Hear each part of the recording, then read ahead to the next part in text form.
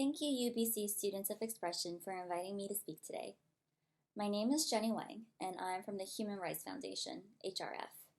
The Human Rights Foundation is an international nonpartisan, nonprofit organization dedicated to promoting and protecting human rights globally, with a focus on closed societies, so basically countries with authoritarian regimes. I'd like to start off today by encouraging the audience to take a moment to answer this simple question. When someone says Hong Kong to you, what is the very first thing you think of? Some may think of a cluster of islands located on the southeast part of China, or some may think of a bustling city which embraces culture, food, languages from both Asia and Europe. And some may think of a special unique status, the so-called one country, two systems framework. At HRF, when someone says Hong Kong to us, the very first thing we think of is the people, the brave Hong Kongers. The very first thing we think of is these brave grassroots activists, both young and old, taking to the streets and to the web, boldly standing up against a government that does not listen to them, and courageously standing up against an authoritarian regime's encroachment of their beloved city. The Hong Kong government, serving as a puppet of the Chinese Communist Party, is sending a whole generation of young Hong Kongers, some the same age as in the audience today or even younger, into prison. Let that sink in. So, how did Hong Kong get here? It's important to note that Hong Kong is unlike any other Chinese city, largely due to its unique history. Hong Kong was once a colony of the British Empire under a 99-year lease. While a British colony, Hong Kongers enjoyed civil liberties, human rights, and freedoms. It was also during this time that Hong Kong blossomed into becoming one of the world's leading international financial centers. When that lease came to an end, Hong Kong was handed back to China on July 1, 1997, via the Sino-Joint British Declaration. This agreement indicated that Hong Kong would become a special administrative region of China, governed under a one country, two systems framework. And this framework was to last for 50 years, up until 2047, as a transitional period where Hong Kongers would be able to enjoy and maintain the same lifestyle they did as they were a British colony. So, for example, Hong Kongers would be able to continue enjoying civil liberties, human rights, and freedom. This framework also guaranteed that the Hong Kong government would enjoy a high degree of autonomy. So, Hong Kong has its own mini-constitution, its own executive government, its own legislative council, and all of these are designed to function separately from China's political system. But despite this promise of autonomy for at least 50 years until 2047, it started to become evident that the Chinese government was willing to break their promise and started to encroach on Hong Kong's local affairs and on the freedoms of Hong Kongers. It started to become evident that the Hong Kong government was starting to simply become a puppet for the Chinese government. Out of frustration for China's broken promises, out of fear of the Chinese government's expanding influence in Hong Kong, and out of fear of becoming just another Chinese city, a pro-democracy movement was born. Some of you may remember in 2014 the Umbrella Movement, an almost 80-day protest that captured the world's attention, where protesters called for true universal suffrage for the Hong Kong chief executive position, which is the highest position in the Hong Kong government. And last summer, in June 2019, there was the anti-extradition protests, protesting a bill that would allow Hong Kong government to extradite fugitives on a case-by-case basis, some of which may be sent to China to face trial. This was found to be alarming, especially because of China's lack of judicial independence, and there was also mounting increasing fears of being extradited to China on politically motivated charges. And most recently, we saw the passage of the National Security Law, which is really the nail in the coffin for the one country, two systems framework. The law includes vague definitions of terrorism, of separatism, of collusion, of subversion, and there is extremely grave punishment, even life imprisonment. And the law gives Chinese courts the authority to try cases, likely behind closed doors, with no guarantee for defendant rights. And I think something that is alarming for all of us here today is especially Article 38, which basically extends jurisdiction to everyone, even those who are not Hong Kong citizens, even those who are not based in Hong Kong right now.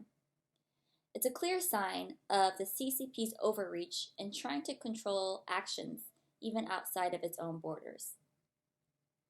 So, why is this an issue? Why is it a concern that the Chinese government is overreaching? Besides showing that this overreach blatantly disregards rule of law, we must also remember that China is a fully authoritarian regime, a regime with no respect for fundamental human rights, and with a clear lack of transparency. The Chinese government maintains a strong grip on all aspects of people's lives. Domestically, China has a robust propaganda machine, mass surveillance, and rules by fear. And internationally, we sure know that China has enormous political and economic clout and intimidates foreign companies and even academic institutions to adhere to political ideologies. It's clear that China wants to lead and reshape global governance, and we all need to start recognizing these signs of its ambition to become the world's next superpower. We see what is happening in Hong Kong. We see what is happening in Tibet. We see what is happening in East Turkestan, known as Xinjiang. There's ongoing, egregious, systemic repression and a severe stifling of freedoms. And surely we can also look at Taiwan, a young democratic country who is no stranger to China's ongoing geopolitical bullying, disinformation tactics, and military intimidation. Where will this all end if the rest of the world does not stand up with Hong Kong? I think we're going to see a world that is subject to an even more aggressive, even more abrasive China, one that is fearless in attacking fundamental freedoms everywhere. Hong Kong has long been seen as the gateway from Asia to the world. What's happening in Hong Kong has global implications, and we must remember that. Thank you, and I look forward to our discussion.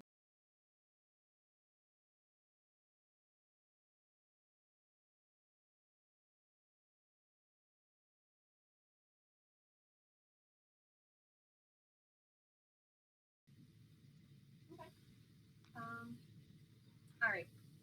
Can we consider Hong Kong a democracy in the current state that it's in? No, but I think the Hong Kongers' desire and fuel to have democracy and to have human rights and freedom is very, very evident.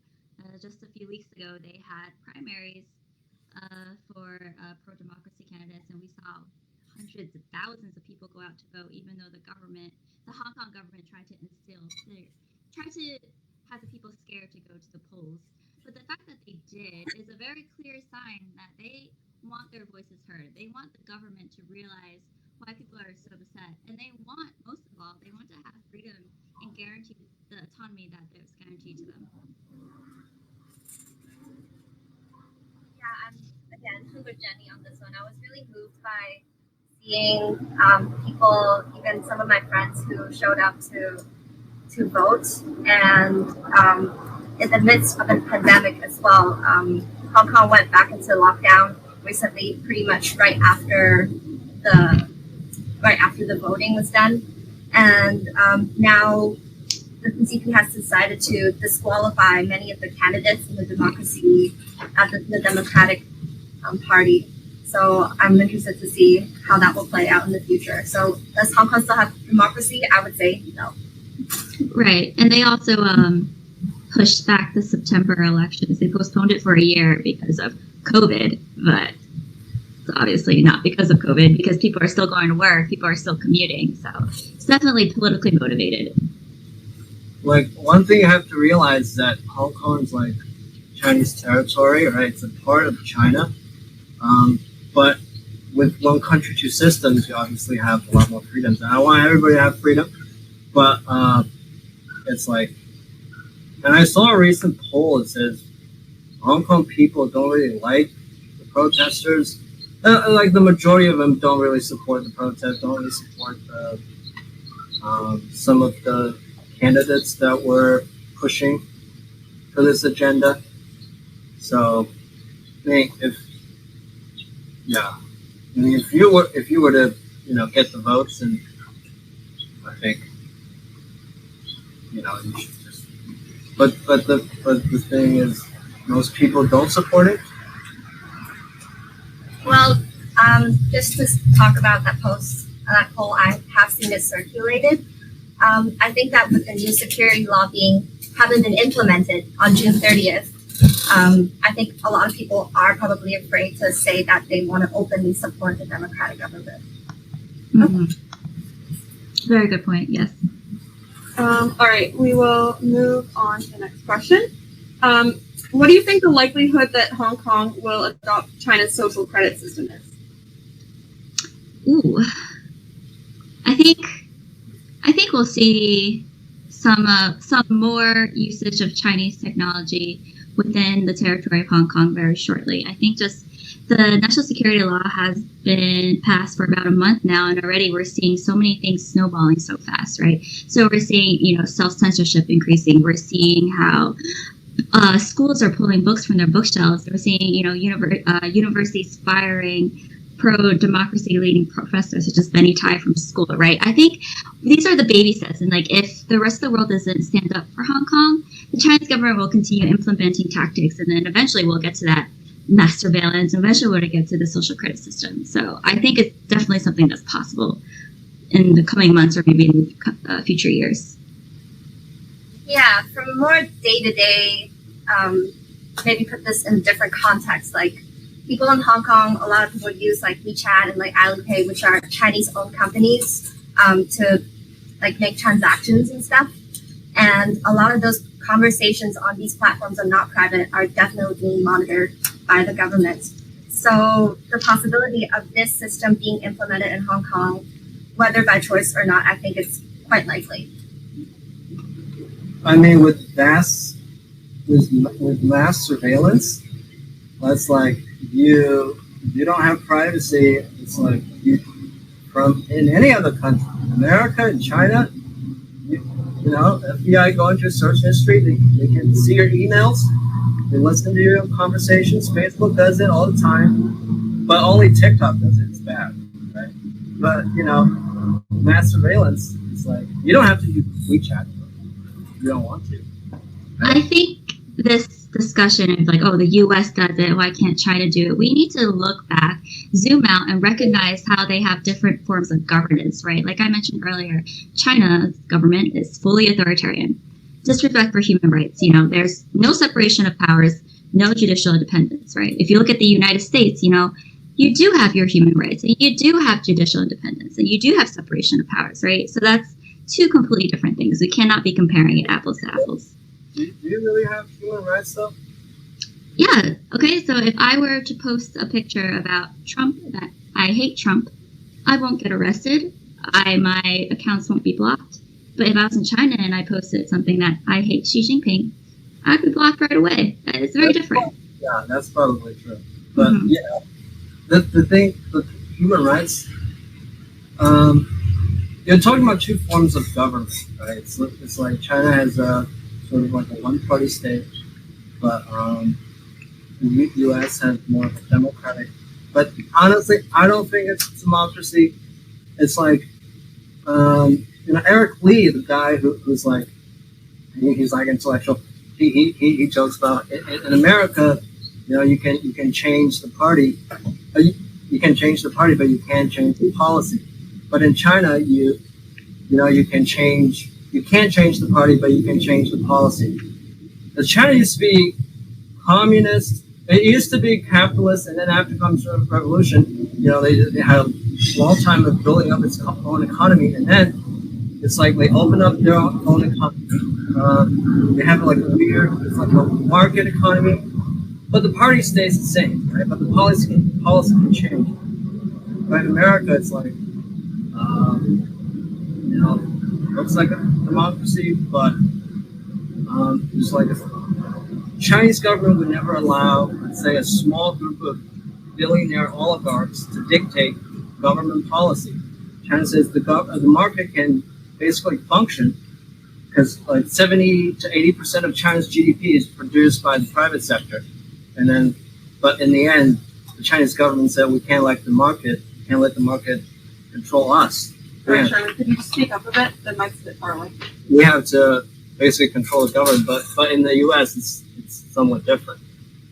It's the opposite.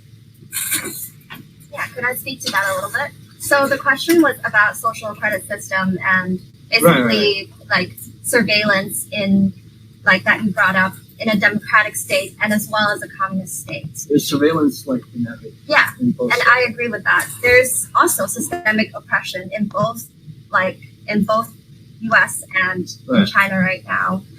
But what we have to look at is perhaps how the degree of that oppression. Right now, the social credit system can affect people's ability to buy houses, to get a car. I don't think. And there isn't a system like that in the States that impose upon people's rights like that. I read an article that says Chinese social credit score system isn't real. And I live in China, and there's an app for that, but I don't think people use it. And I don't think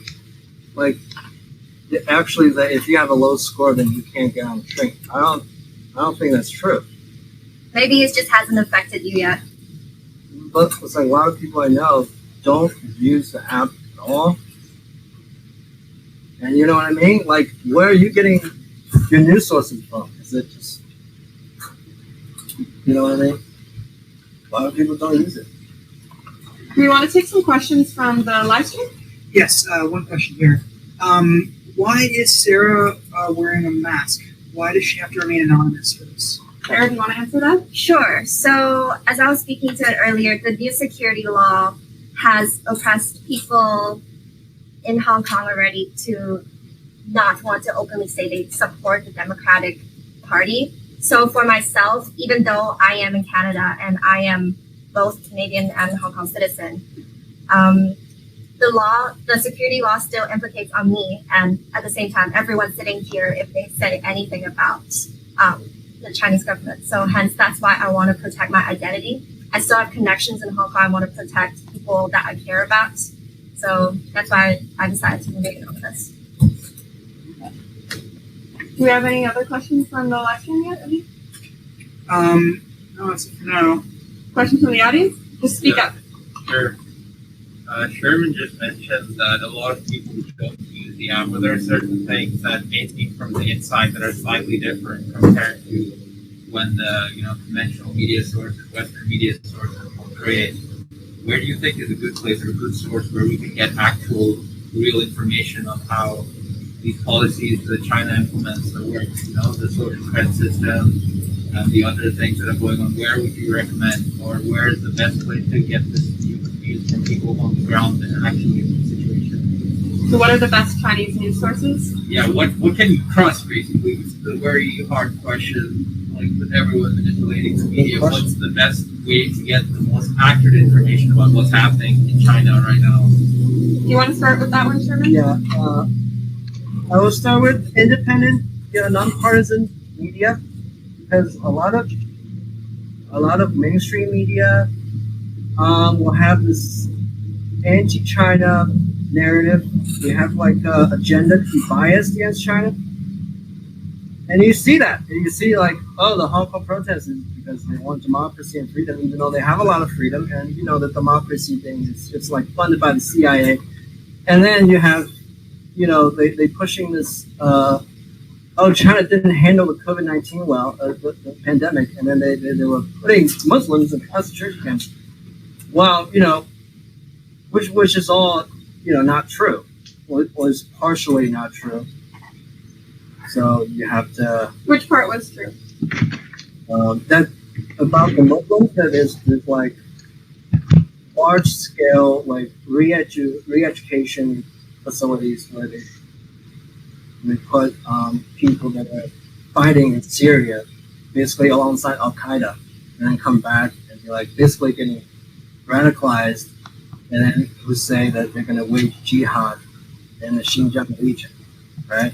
And then Chinese government is like, oh, we'll have to do something with these people. We have to help them reintegrate back into society.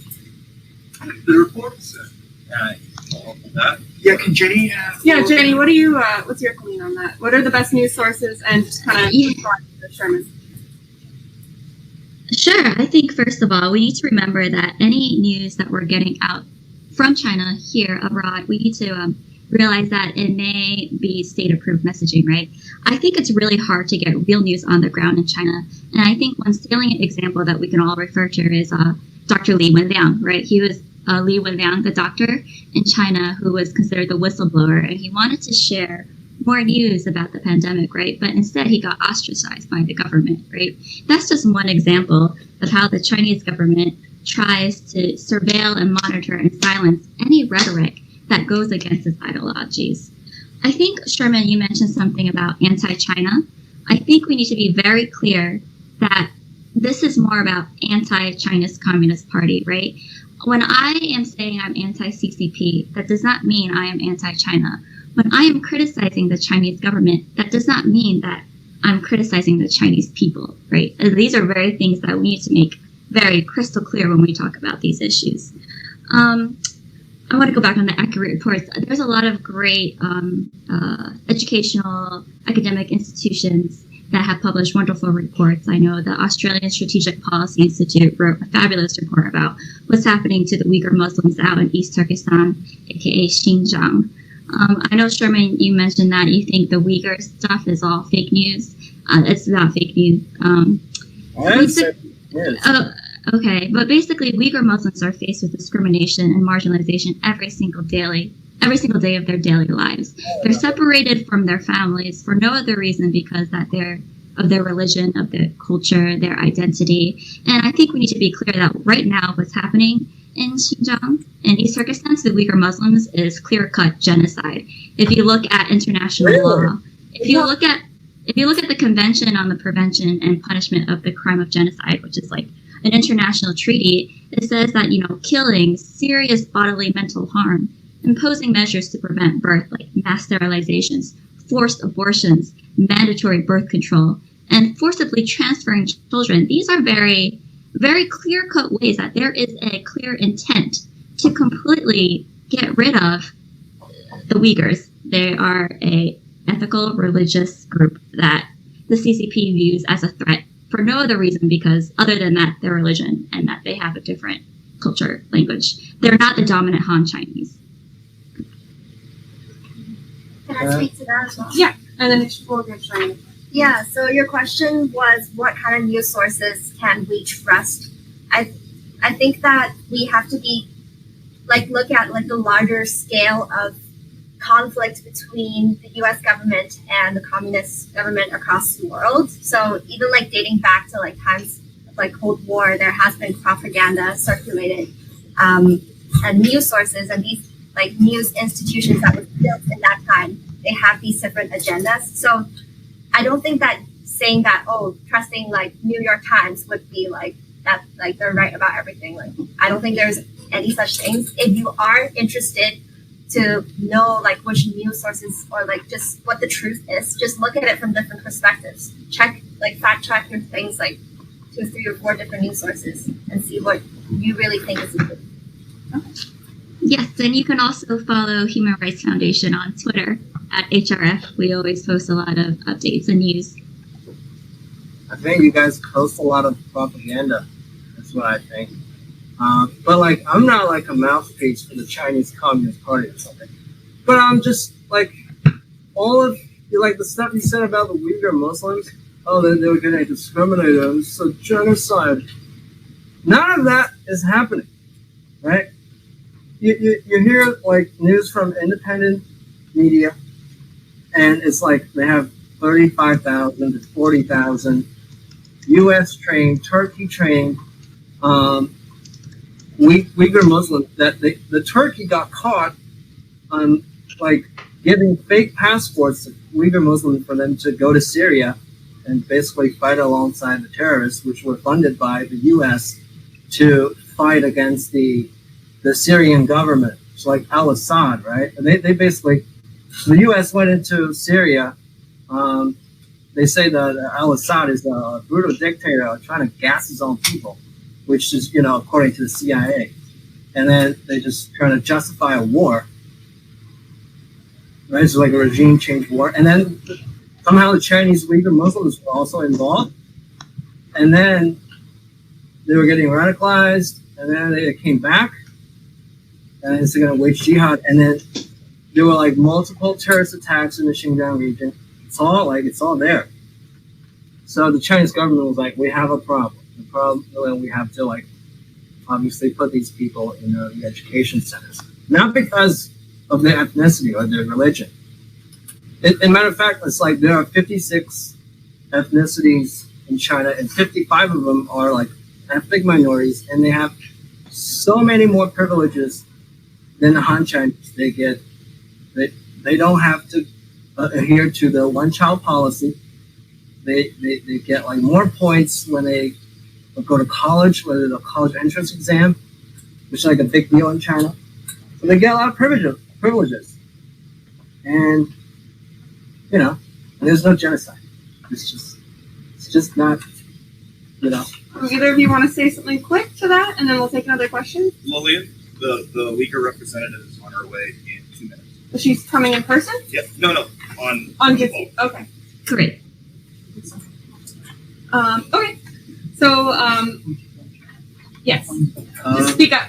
I just have a question about the documents that were leaked from the Chinese government in 2019, detailing the treatment of the Uyghur people. I'm just wondering about, sorry, I can't remember. Sherman. I can't remember Sherman. Yeah. What do you think about the leaked documents from the Chinese government stating how they were treating the Uyghur Muslims? What do they say in the documents? I believe that's where the information came out about the forced IUD implants. Wow. I don't know. I don't want them to like torture anybody or like put them in labor camps or anything like that. If they're doing that, then that's not good. There's no free expression. How do we know it's happening? Yeah, how do we know it's true? I don't know. Do we have any more audience questions for now, or from the live stream, Aviv? Yeah, pulling it up in a second. It's just that. Okay, well, we'll move on to another question. From... Actually, I can pull one up here.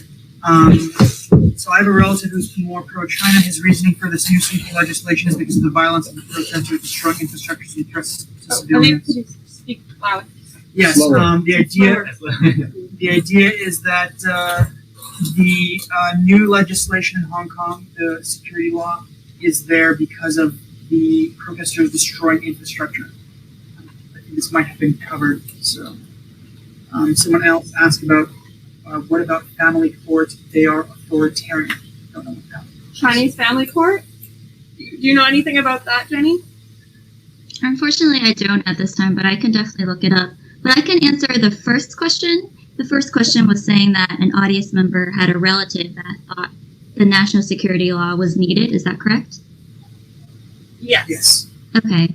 I think the protests that we saw in 2019 last summer for the anti-extradition bill, they were very, very peaceful. Millions took to the streets, peacefully marched through the streets, chanting their slogans, but it was the Hong Kong police that got extremely brutal and used excessive force. And I'm sure if you guys Google July 21st Ren Long, you can learn a bit more about what happened and when the Hong Kong police just went on innocent citizens. Oh, hello. Hi, this is Tunisa. Hi, Tunisa. Thank you for joining us. How are you? Do you want to introduce yourself quickly? My name is Tunisa, and I am a Uyghur activist, and I am a representative of World Uyghur Congress in Vancouver. And I also am Uyghur's Women Counselor in Canadian Uyghur Women. And I also deputy manager of campaign for Uyghurs, and I am a nurse in Canada, Vancouver. Thank you so much for joining us. Thank you. Thanks for inviting me. Okay. So Sarah, do you want to, or Sherman, do you want to answer that last question from the YouTube live stream? Yeah.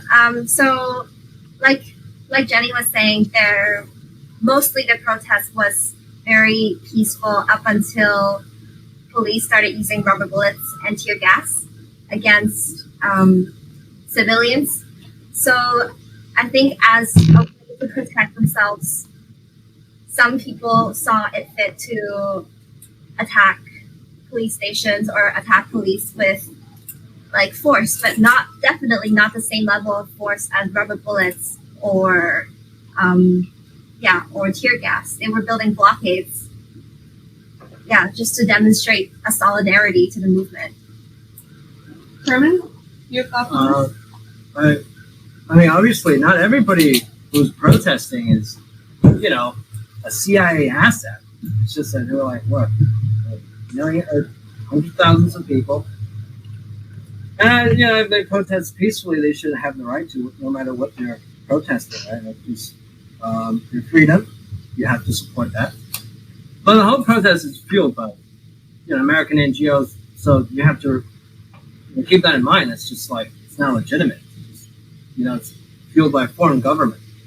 And we've all seen videos of police doing their violence, but then you've seen protesters setting people on fire, like subways and stuff. And so there's a lot of violence on both sides. And what I've seen is like the Hong Kong police has been like pretty constrained, compared to the U.S. police when they were dealing with Black Lives Matter or something. It's like, can I speak to that? Yeah. Yeah, so just an afterthought as well that I feel like the force that the police has versus the force that civilians have is very unproportionate. So to compare what's happening here, the Black Lives Matter movement in the States to what's happening in Hong Kong, I don't think that would be a fair judgment. So we'll move on to the next question, and just to fill you in, Tunisa, we're just asking questions that we've pre-prepared from the audience. People in person are asking questions as well as live on the YouTube stream. Okay. We're gonna go. We'll go Jenny, and then you can answer the question, and then we'll move to Sarah and then Sherman. And then if you have anything to say in response to any of the other speakers, then you can do that after they answer.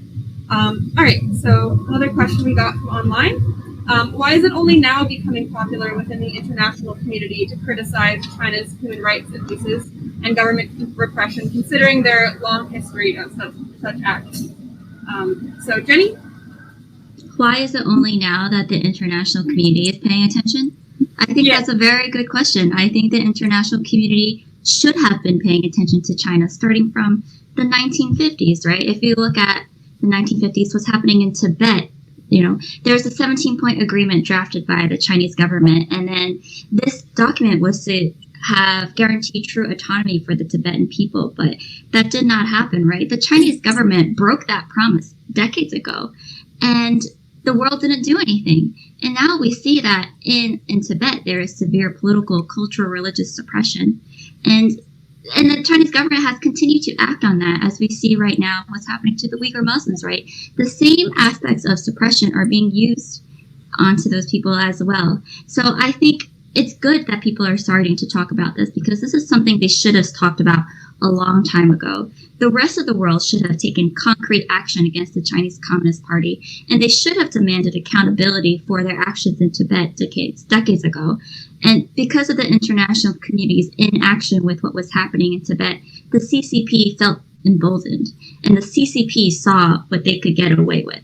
So we see history repeating itself, right? The same abuses that the Tibetan people have suffered are happening to the Uyghur Muslims as well.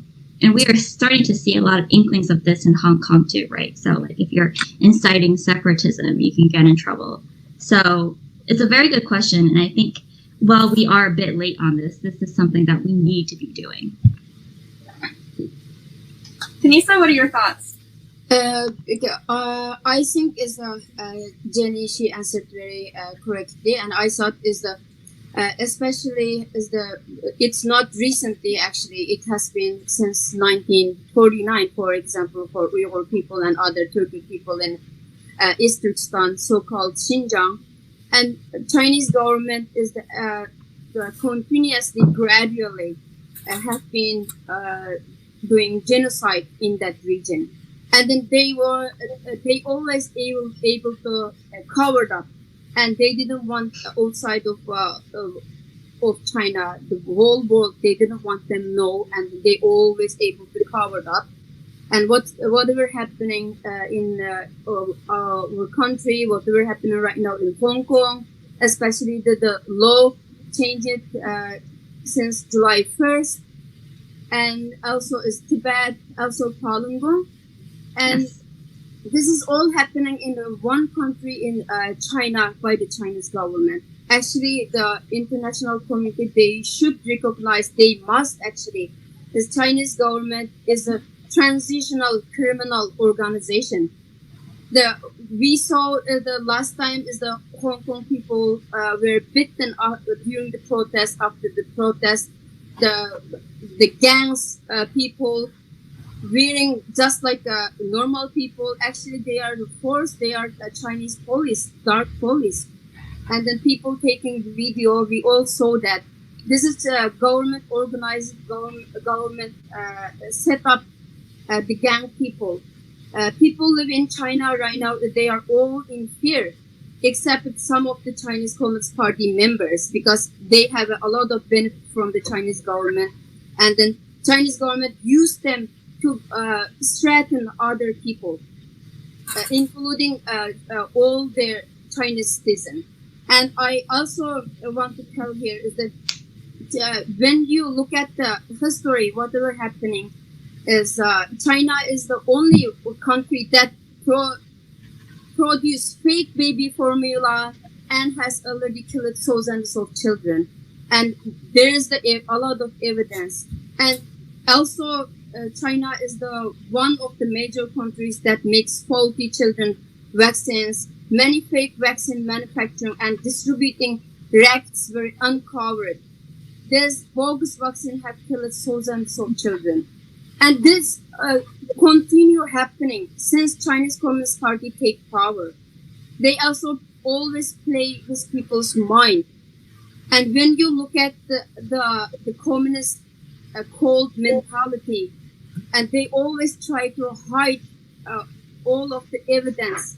They didn't want to show the reality of the situation, whatever happening in Hong Kong, and then whatever happening in our country is Turkestan, also Tibet, whatever happening since Chinese government called is the evil called all Falun Gongs, and they are not actually. And then look at them. Look at our situation right now. Today, you believe me or not, I haven't contacted my family members, and have since 2000, end of 2016. I don't know their real situation. And last 1 week, we all of we were abroad, and we have been having a lot of psychological issue because we worry about our loved ones and everyone over there because of the spike of the virus. And all of the people is forcibly, officially banned, and they can't go out, they can't have food from outside. And Chinese government officially barricade tape put on every single door. And people have been died because of starvation. And we can't, we really don't know whatever really happening inside of our country. And even in sometimes you can find the evidence in Hong Kong because Chinese government always, they able to cover up everything, try to shut off all the communication and the Wi-Fi, everything. And I think we need to really do a lot of work and try to show evidence, try to write a lot of letter and expose what's the reality of Chinese Communist Party. And we need to work really hard. Thank you. Okay. Sarah, do you have anything to add? Sure. Yeah, first of all, I really want to applaud you for sharing your experience. It's really disheartening to hear what's happening in another part of China. I think the reality of it, we don't know what the scope of oppression is in China. And yeah, just speaking to like security and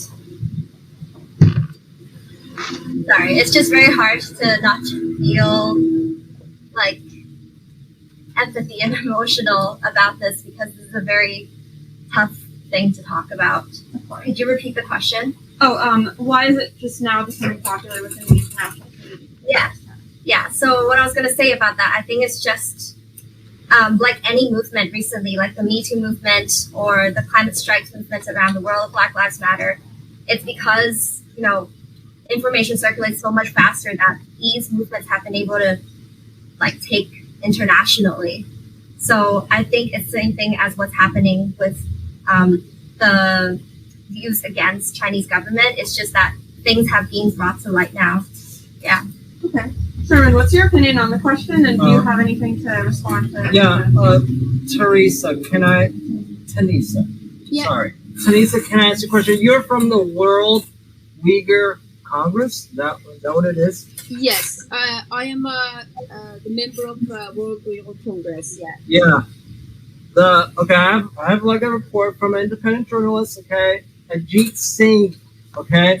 It reads, inside the World Uyghur Congress, the U.S.-backed right-wing regime change network seeking the fall of China.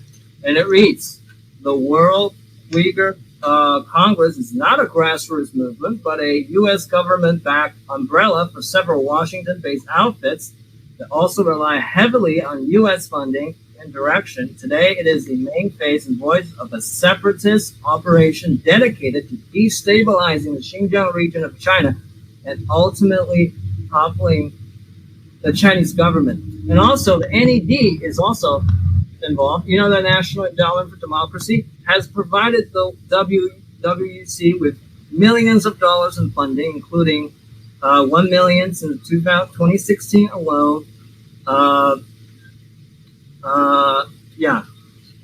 Is You know. I heard what you have read.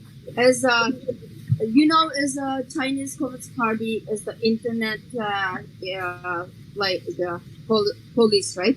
We call it 5 cents. Yeah, they have a lot of articles, especially, and they attack World Uyghur Congress and other Uyghur organizations in the whole world. And also, Chinese government, they always give a lot of money to buy, even from outside, even foreign countries like U.S., even Canada. For example, is even Hollywood actors, Chinese government able to buy them, give them a lot of money, and ask them work for them. Actually, World Uyghur Congress is doesn't want having back Xinjiang autonomous region. That's not true. And World Uyghur Congress work for Uyghur human rights and work for independence of East Turkestan. Yeah, it's not. Unless East Turkestan is free from Chinese government, unless we are independent, this genocide right now happening in the Uyghur people, Turk, other Kazakh people, and never stop. Even Tibetan people and Falun Gong, and look at them. For example, this Holocaust, right now people only remember whatever happened to Jewish people and World War II, and then everyone choose to be silent about the Uyghur genocide right now. As our purpose working together is one day we trust and we will get back independence of East Turkestan. Otherwise, this genocide never ever stop. As long as we're under Chinese Communist Party. Yeah, but it's not. It's not from the Communist Party. It's like an independent journalist. It's from like Ron Paul Institute for Liberty and Prosperity. So you know. You're saying this news site has nothing to do with China. Nothing to do with China. Yeah, so it's basically. So it's just like you guys. I don't know. It's just like you with the propaganda with World Uyghur Congress, and then the human rights the Human Rights Foundation. There's a lot of saying like, oh, the Chinese government is bad, and it's like, oh, they're acting very aggressively and trying to world domination. But it's like, I don't know if that's true, because a lot of, what you said is like made by the U.S. government, and it's definitely conflict of interest. That is not true. There is a lot of evidence. If you read the 3 of 8 pages official document released from the Chinese government, when you read that document, you can find it. And this is not true. It's not U.S. Funded the organization. The old organization what we have, it's not like Tibet, like even some other organization, they have fund from other company or somewhere, but it's not true. How can you create something like a big genocide? I am from Hotan. It's very far region in Turkestan, and I know is whatever happening over there because everyone is not in my shoes. There is a lot of example, and you can read a lot of real resources and document articles from like someone scholars. We also know is the Chinese government used a lot of money, always scam and attack Uyghurs, Tibet and other organizations, the website, everything they attack. And we know because we are in that boat and we are feeling all the pain. It's not true. If you want, I can give you a lot of articles, very, very credible articles. And Sherman. Oh, sorry? Yes. Sherman, I think I also would like to have you realize that the Chinese government is also funding a lot of things abroad. In China and US, I mean, one salient example is, I'm sure you've heard of Confucius Institutes that are in academic institutions. They are funded by Hanban, which is funded by the China's Ministry of Education. And through these Confucius Institutes, you cannot talk about Taiwan, Tibet, Tiananmen. You cannot talk about democracy, human rights. And this is a very clear example of infringement of human rights. If you read the Universal Declaration of Human Rights, Article 19 and Article 26, Article 19, right to freedom of opinion and expression, right to seek and receive important info, the Confucius Institutes funded by China's Ministry of Education is very clearly suppressing these freedoms, right? So I think I would like Sherman to look around and see what the Chinese government is funding, right? And outside of academic institutions, look at international institutions. Look at, for example, the United Nations, right? So in July 2019, there were 22 member states that wrote to the UN Human Rights Council about China's human rights violations against the Uyghur Muslims, and 37 member states responded to defend China. And where did these states get their texts to defend China? Obviously, China funded them, right? You look at it again, early July this year, China gathered more than 50 countries to support the Hong Kong national security law, right? It's, you have to realize that China is doing this. They're funding institutions. They're funding academic institutions. They're funding these human rights infringements. So. All right. Also, I wanna add, when you look at China doesn't want to enter anyone as whoever talking about democracy and human rights about the Hong Kong, about Taiwan, about Uyghurs and Tibet and other issue in China. They never let whoever or any company talking about this. They never let them go to China, and never let them in. Never let any investigator to do something. Also, look at the Hollywood. The actors over there, they can't talk anything about China related to any human rights issue because all China funding. Maybe you heard about the Ming Wanzhou issue here in Canada.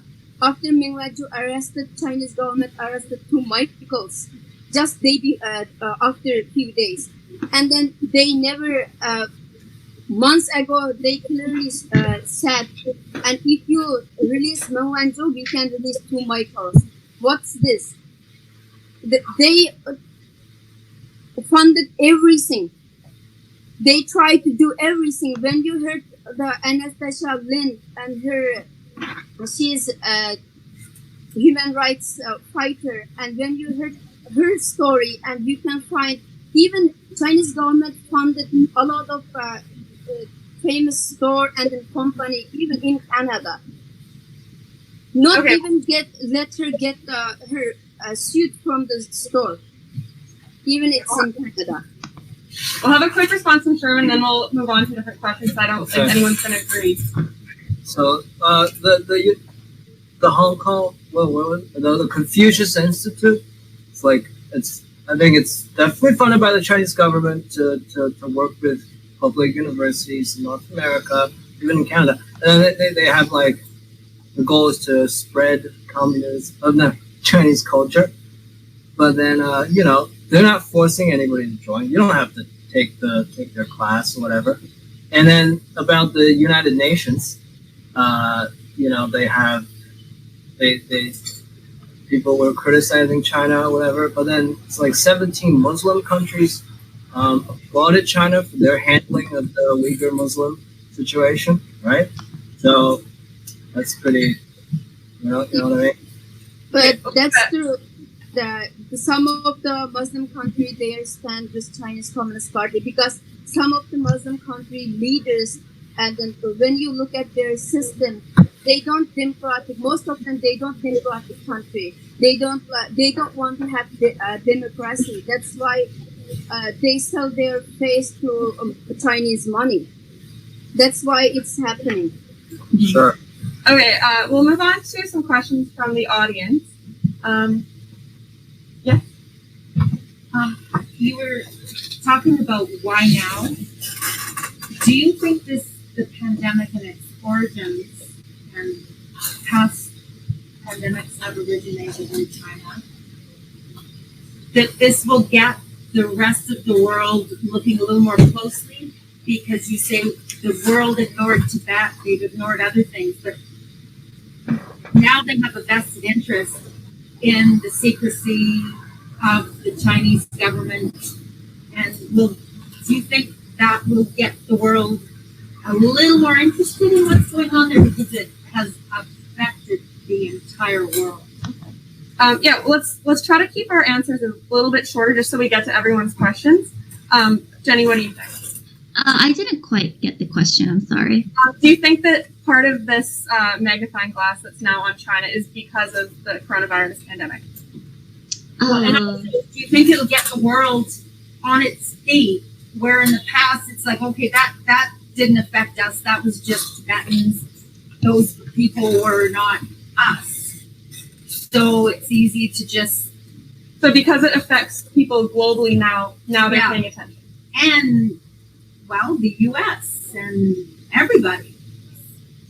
So sometimes it's easy to discount other countries, other people, until it matters to you. Did you hear that, Jenny? Yeah, so basically the question was the outbreak of COVID-19 serving as kind of a magnifying glass on how the CCP operates and governs? No, it's more like moving forward. Will the world put increasing pressure on China to be more transparent? Yes, okay. I sure hope so. I think so, and I think already we're seeing a few governments working on that. I know, at least in the United States, for example, they've already started sanctioning a few Chinese officials for their egregious human rights violations. So I think this is a trajectory and a movement that we have to continue growing together. Tunisa, do you have something to say on that? I think as international community should understand, we find very credible, practical articles, and Chinese government hide the evidence of even coronavirus, Wuhan virus outbreak first time, and they didn't hide it. They hide it even until lunar festival, if they openly provide all the evidence to the World Health Organization before the lunar festival, and a lot of people they don't go to China for the lunar festival, and even travelers, everyone they don't go if they leave it all the information, but they didn't. That's why is until today where most of the countries still in the quarantine, and then economically and the other part a lot of there's a lot of damage, a lot of disturbing situation right now. That's why because of this virus, more people and then more country they start to little bit wake up, because this virus directly affect their benefit economically. That's why they wake up. Otherwise, I think is if this coronavirus is not here, most of the countries still deceived by the Chinese Communist Party. Right now, people, even another country, try to wake up, but it's not fast enough, and there's not enough action. Okay. Sarah, what do you think? Yeah, I think that. Sorry, can you repeat the question again? It's just I lost my train of thought. Oh yeah. No, it's just whether moving forward, this will make the world take Right. Yeah, thank you. I think that China has too many ties right now with the global economy. As we know, many things are made in China or have Chinese companies kind of controlling or funding projects overseas. So to have like governments from all over the world step up and say something against China, I think that would be very difficult. Like even just looking at our own government here in Canada, the kind of resilience to be more forceful to release two detained Michaels in China. Like, yeah, it's kind of hard to say if the pandemic would have magnified that, because it's not really in our power. It's the people who are in government. Sherman? You put your laptop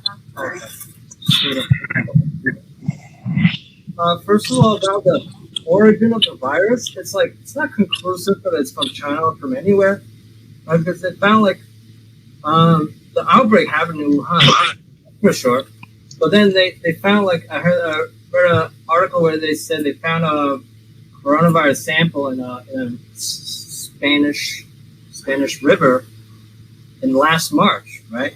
It probably didn't come from China. It probably didn't come from Spain either.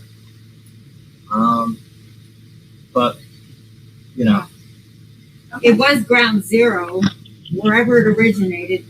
Wuhan was. the origin is still unknown. It's unknown. It's there's scientific papers that have said it's inconclusive. We cannot say until now that it's been. And by the way, they have a paper from Cambridge or something, and then they said that the virus mutated, and the A mutated into B, and most of A is in America, and mutated B, most of B in China, but that was for old people. So Do we want to move on to the next question? Yes. I want to quickly establish a couple of things here before I ask the question. So first thing, you mentioned the World Uyghur Congress is, it's a thing. It's Tunisa is part of it. He's representing it, and it's funded by these pro-democracy organizations. Let's say that's true, according to your independent news article. You okay with that? Yeah. Okay. Second thing is the fact that these Uyghur Muslims are actually, there's horrendous stuff happening to them. If they released that document from the Chinese government, that won't leak out an official document, right, detailing how these people are to be treated in these camps. And we have a lot of descriptions from people who've been in these camps, elaborate descriptions and sketches of what it looks like inside. And considering China's past history of human rights abuses and whatever, let's say this is also true. All this is actually happening. So do you think that, even if this Uyghur Congress is funded by some pro-democracy organization, does it negate the urgency of the cause? Like, sure, they might have some ulterior motives too, but that doesn't mean that this is not true. What's happening here? Like what's happening?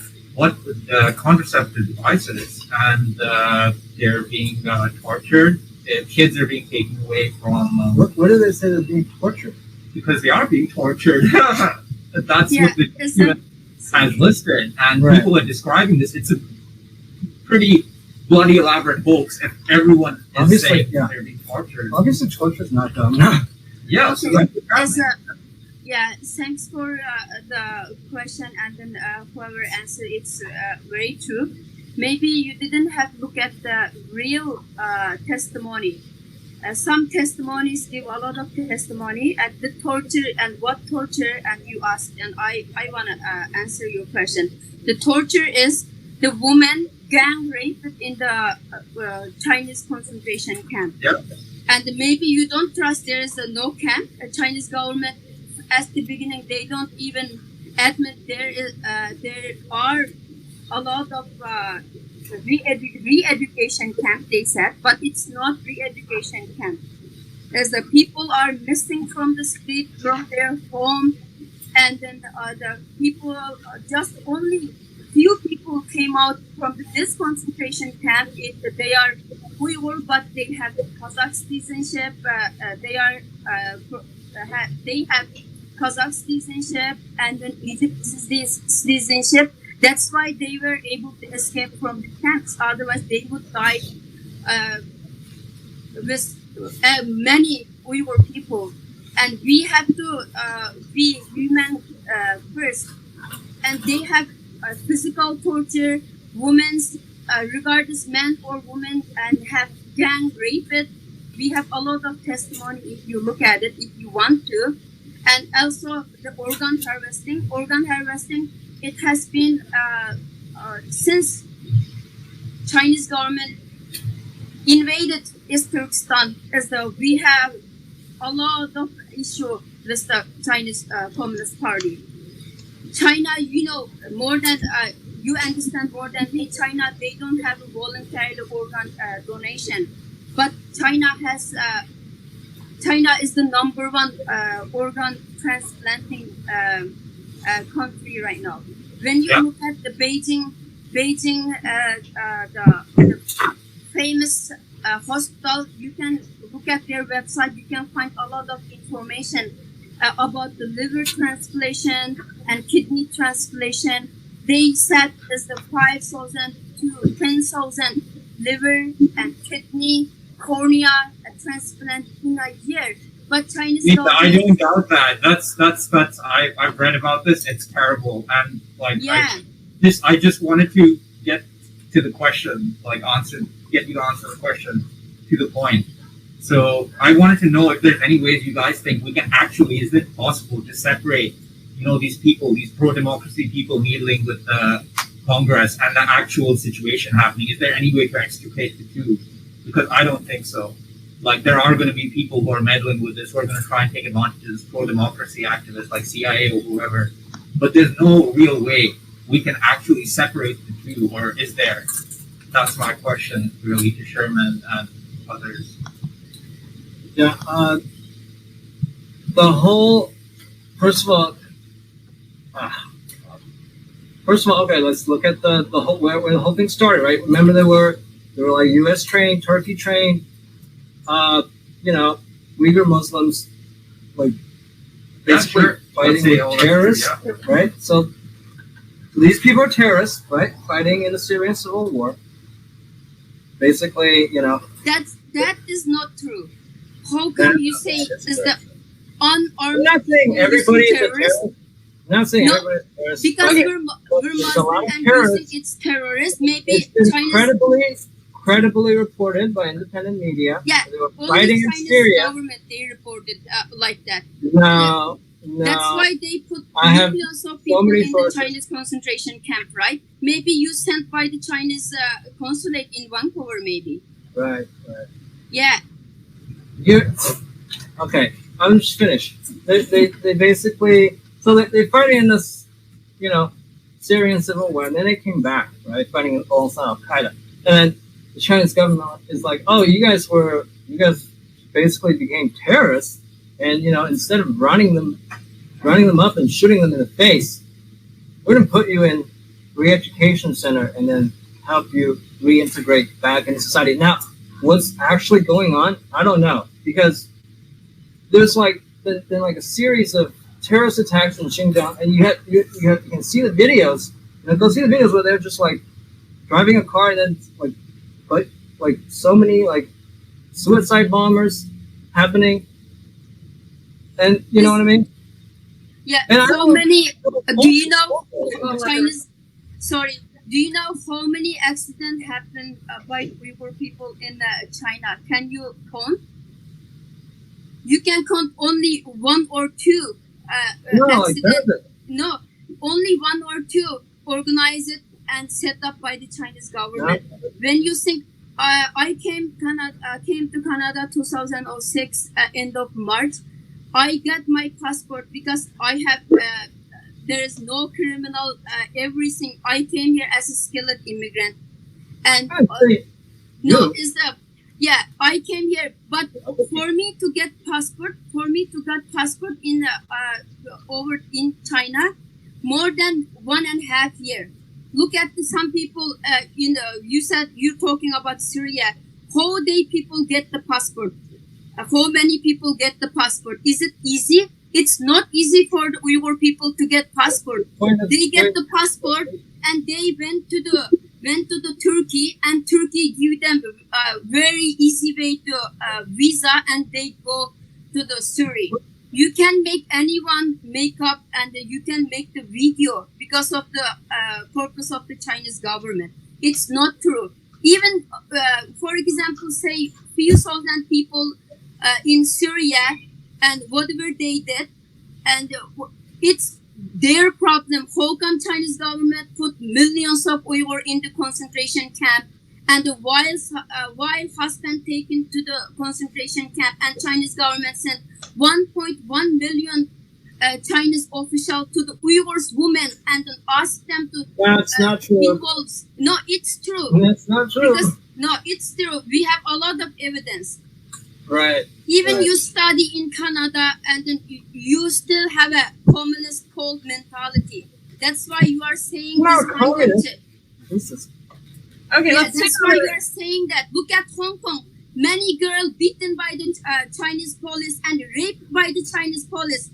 Really? In Hong Kong. Yeah. Did you CIA read that funded article? Hong Did you Kong see the video? Love democracy. Okay, let's take another question. It's true.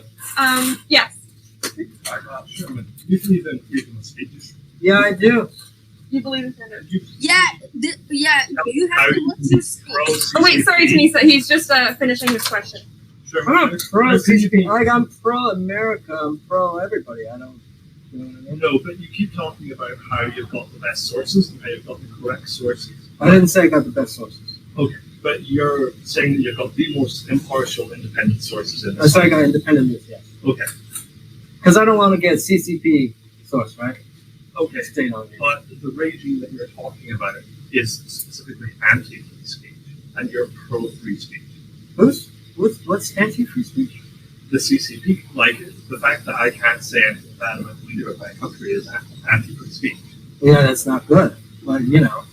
So I'm just wondering if that's like one of the most fundamental rights in establishing who is right and who is wrong on this issue. Yeah. I'm just wondering how you can juggle both those balls at the same time. How can you be pro free speech and pro CCP? I want the CCP to have free speech, but you know, it's like it's hard to do so when this guy talks about he's like China is like under siege for American imperialism. And I'm like, that's kind of true. You just said that Uyghur people terrorists because we're Muslim. The Chinese government, they don't know about the term of the terrorist before September 11. After September 11, Chinese government learned that term and used this term to Uyghurs. Do you know that? You have to learn. You have to read a lot of articles. And They should I actually, say whoever involved this all kind of Holocaust of Uyghurs? Should I say or whoever involved except Chinese government, all the Chinese people? Should I say terrorists? I didn't say that terrorists. I said they did train a lot of Uyghur No, Muslims. this is not true. How come They they got can caught get the passport? giving them fake passports. The Turkey government gave them fake passports. The Turkey, it's called something army, and it's like China has a total surveillance, voice recognition, face recognition. How come we will fly away from the Chinese control, Chinese border? Just the people before fly away, and then they arrested in the Guantanamo. school going to Syria, fighting a war. They don't want you doing that, and then Do you coming know? back. Like Have you been in Syria? Do you know the real situation? It's just the Chinese government set up. That's why it's happening right now. They try to show the world because Uyghurs are Muslim. They try to show the world that they are terrorists. That's what we are doing. This is Chinese government is doing same thing to the Hong Kong right now. Same thing to the Tibet people. They try to ruin all over the world. Sure. How are we doing on time? Yeah, we have essentially time for one last question or comment. Okay. Anyone who wants to ask a burning question, or anyone online in the live Anyone stream? online? Well, I can follow up on what Steve was saying. Okay. So Sherman, like the issue with this discussion right now, when we talk about what's happening in Hong Kong and what the protesters are doing, what the Uyghurs are doing or not doing, is, like what happened June 4th, 1989, in Tiananmen Square. I don't know what happened. Yeah. So you see, here's the thing, right? We can't ask any sources on the ground because all those sources are either in prison or they're silenced, or they're dead, or whatever. So the only people we have to ask are people in free countries with freedom of expression, right? Now the problem is that you could just argue that Tiananmen Square never happened because that's what China says. I didn't say that. So when you say the Uyghur people aren't being, genocided or aren't being imprisoned, right? It's the same situation. All of us are like, well, we believe Tiananmen Square happened. I believe that happened too. Okay. I said that there's no genocide. I don't know. I said I don't know what's going on. But how do we know? Because we have drone footage that's showing up on Reddit on top right now. That's that's drone footage of Uyghurs genocide? on the floor as police are surrounding them. You need to be respectful. Let him speak. Yeah, we have tons of Uyghur women's hair showing up in massive crates, right? We have organs showing up to top communist officials. Like this, like exponential growth, where we don't know where they're coming from, right? So what's going on here? Is it all Western media just lying about the situation? A lot or of is it it is a fascist regime realizing they can get away with more and more shit, right? And then people like you are able to say things like, hey, it's all just propaganda. Well, who do we believe, Sherman? Okay, let Sherman respond. I think, well, why I said it's like the genocide is not true. They may be doing some horrible stuff like torture people. I don't know about that. Do you know? If you don't know, it's like, Do you know is the in China's other the province except Xinjiang we like to call East Turkestan, only one child policy Chinese initiated long time ago. But in our country, East Turkestan is the do you know is how many women every day forced sterilization, alive baby, abortion. Do you know that? You don't know. I was the one translate a lot of document when I was in the East Turkestan. We have a lot of evidence. There is academic article, everything. You need to read a lot of evidence and then talk to this public. There's also a lot of evidence that you're funded by because of no, you're not funded. You're not. You are funded by the Chinese consulate here in Vancouver. That's why you came here. You didn't talk anyone about Chinese government. They didn't pay me nothing. Okay, let's. I think we have to wrap it up. We're running a little short on time. Thank you, wonderful speakers, for being here. Thank you to the audience for being here and everyone online. And we just have one word from our sponsor. We do have a sponsor for today. Wasabi Wallet. Yes. But if I could just ask like one You last have question. one question, okay. Like, just to conclude it off, like I just want all of the speakers to, to talk about what they see, what they envision for the future of China when it comes to Uyghurs, Hong Kong. I just want them to wrap up. Like, what are their, what's going to happen in the future? Like, Okay. optimistic Do you have any or pessimistic? closing remarks? We'll start with Jenny. Closing remarks. Well, I think right now, is it general closing remarks, or was that a specific? What do you think for Hong Kong and China and human rights moving forward?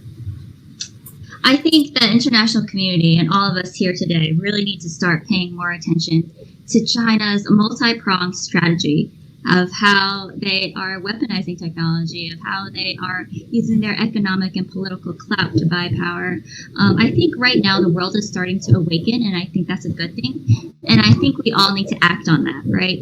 So I guess leaving my ending remarks here, I can just provide a few suggestions on what we can all do to further raise awareness about the Chinese Communist Party's oppression, right? So I encourage all of you here today to think outside the box and be creative. Encourage conversations with all your friends that may be in various studies or concentrations. Let them be aware about what's going on. I would encourage everyone to shop responsibly. ASPI issued a report that there's about 83 companies that are using Uyghur forced labor. Try to don't buy anything that was made in China, or don't buy anything that was made using Uyghur forced labor. I think as students, all of you here today, I would encourage you all to continue mobilizing your fellow students to call and email your representatives, or even to email your school's professors and administrators to speak up on these issues. I would also like to encourage all of you to support Hong Kong organizations overseas, like in Canada, for example. So continue supporting people like Sarah, right? That she's boldly speaking up. Continue to give her these platforms to share this story. So yeah, and I'll end with my favorite quote from His Holiness the Dalai Lama. If you think you are too small to make a difference, try sleeping with a mosquito. So think big, everyone, and we can really mobilize and inspire change. Thank you, Jenny. Tunisa?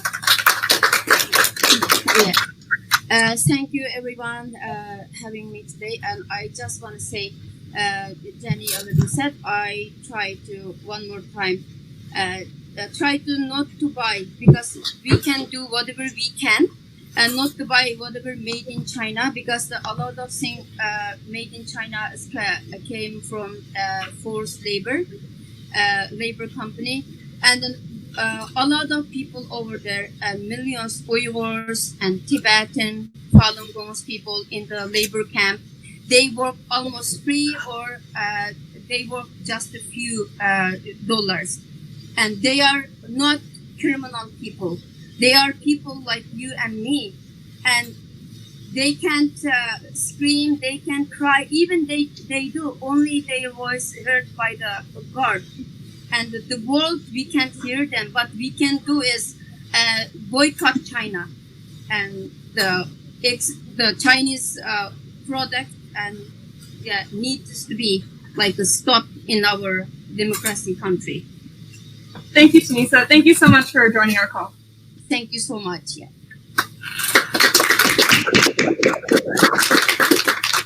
Sarah?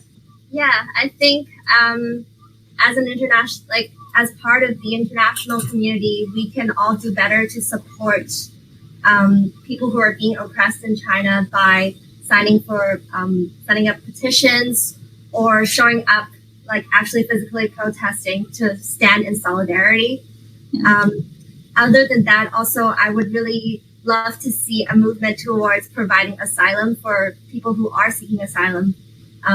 Because I personally know many people who are, and making it easier for people to escape these situations. Thank you so much for being here. Sherman. I'm a supporter of free speech, and I want people to have freedoms. China has, they have their own situation, but the thing is, it's you two are like have this blatant propaganda to be very anti-China. Oh, don't buy anything from China. Which I mean, you can say it, but the thing is, with the Hong Kong protests and whatever, a lot of it's not. You know what I mean? It's like you have to like check on different sources to get the real information. Don't get blindsided because you think that China is bad because it's a one party, it's a communist dictatorship, And by the way, you quote Dalai Lama, right? Remember the Dalai Lama is like a CIA asset from the 50s and 70s. Do you have your own closing remarks, Sherman? That's pretty much it, yeah. Okay. Thank you so much for being here, Sherman. Okay, and we just have a quick word about our sponsor, Wasabi Wallet. Thank you so much for supporting us today. Wasabi Wallet is an anonymous online Bitcoin payment service. So they are helping foster free speech around the world by offering this anonymous payment option. Aviv, do you have anything to add about Wasabi Wallet? No, just that we hope people in Hong Kong use it because the company strongly believes that money should be free for all people to move without government control. And we're happy to say that the Human Rights Foundation has strongly supported our work and the work of people like us. So, yeah, it's good. Definitely use it if you need to move money out of the country. Great. Well, thank you so much again to our wonderful speakers. Thank you to all the audience members, both online and in person. This is our first fully online event with the live stream, so we appreciate your patience when we were trying to get that started. So yeah, thank you, and I hope to see everybody again. Thank you.